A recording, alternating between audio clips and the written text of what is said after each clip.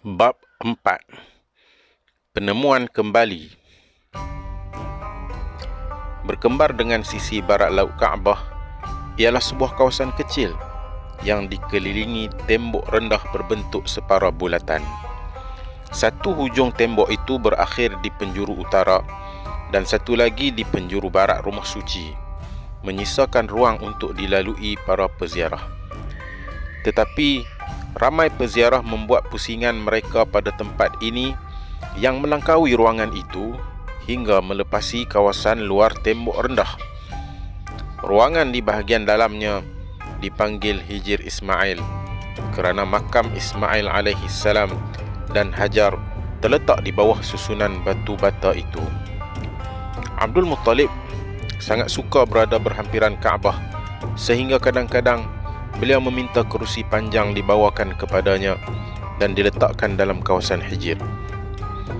Pada satu malam, ketika sedang tidur di sana, suatu lembaga kabur datang kepadanya dalam mimpi dan berkata, "Galilah jernih yang manis." "Apakah itu jernih yang manis?" tanyanya.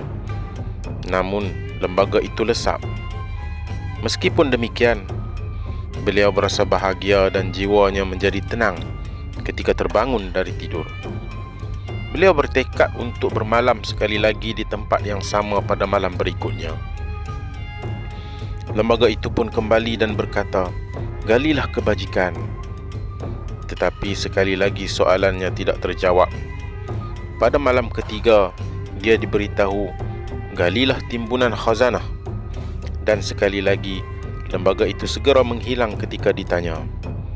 Tetapi pada malam yang keempat, perintah itu adalah, "Galilah Zamzam." Dan kali ini ketika beliau bertanya, "Apakah itu Zamzam?" lembaga itu menjawab, "Galilah ia. Engkau tidak akan menyesal kerana ia adalah milikmu yang diwariskan daripada moyangmu yang teragung. Ia tidak akan kering, juga tidak pernah gagal memberi minum peziarah yang berbondong." Kemudian lembaga itu memberitahunya untuk mencari tempat yang terdapat darah dan najis, sebuah sarang semut dan kumpulan gagak yang mematuk-matuk. Akhir sekali beliau disuruh berdoa, "Demi air jernih yang melimpah yang akan memberi minum para tetamu Tuhan sepanjang ziarah suci mereka."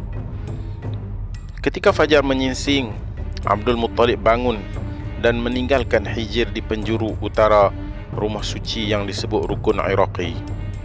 Kemudian beliau berjalan di sepanjang dinding di sebelah timur laut hingga ke penjuru yang di sana terletak pintu Kaabah.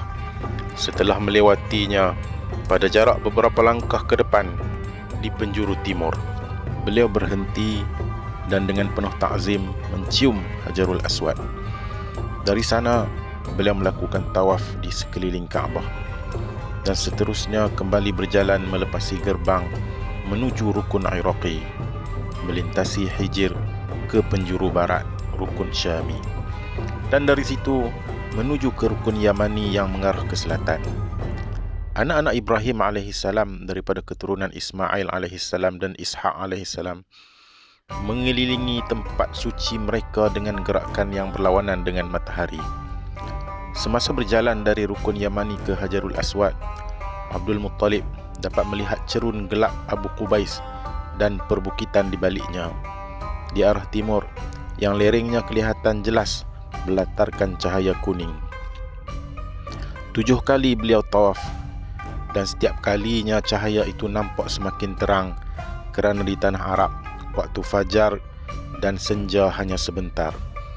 Selesai melaksanakan upacara itu, beliau bergerak meninggalkan Hajarul Aswad menuju ke pintu Kaabah dan sambil memegang gelang logam yang tergantung pada penyelak pintu, beliau memanjatkan doa yang diajarkan kepadanya oleh lembaga dalam mimpi semalam.